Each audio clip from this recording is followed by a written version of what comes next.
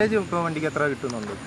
As of now എനിക്കിപ്പം നമ്മുടെ ഈ ഏരിയയിലെ ടെറൈൻസിൻ്റെ ആ ഒരു ബേസിൽ നമുക്ക് അബൌട്ട് ഒരു 11-12 ആ ഒരു റേഞ്ച് മൈലേജ് കിട്ടുന്നുണ്ട്. അപ്രോക്സിമേറ്റ്ലി 11 അതൊരു ഓൾമോസ്റ്റ് കൂട്ടിയാൽ മതി.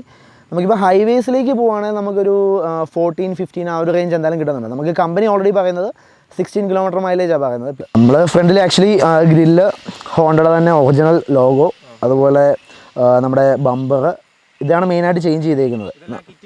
അതെ, ഇത് ഫുള്ള് കിറ്റ് തന്നെ വരുന്നത്. അതുപോലെ ടൈപ്പ് ആറിൻ്റെ ലോഗോ ഉൾപ്പെടെയാണെങ്കിലും നമുക്ക് കിറ്റിൽ തന്നെ വരുന്നതാണത്. നമുക്ക് ബാക്ക് സൈഡ് മെയിനായിട്ട് ചെയ്തേക്കുന്നത് പറഞ്ഞാൽ സ്പോയിലർ ആണ് ഇൻസേർട്ട് ചെയ്തിട്ടുണ്ട്. സ്പോയിലർ പോലെ തന്നെ അതുപോലെ നമ്മുടെ ബമ്പേഴ്സ് കാണുന്ന പോലെ തന്നെ കിറ്റിൻ്റെ കൂടെ വരുന്നതാണത്.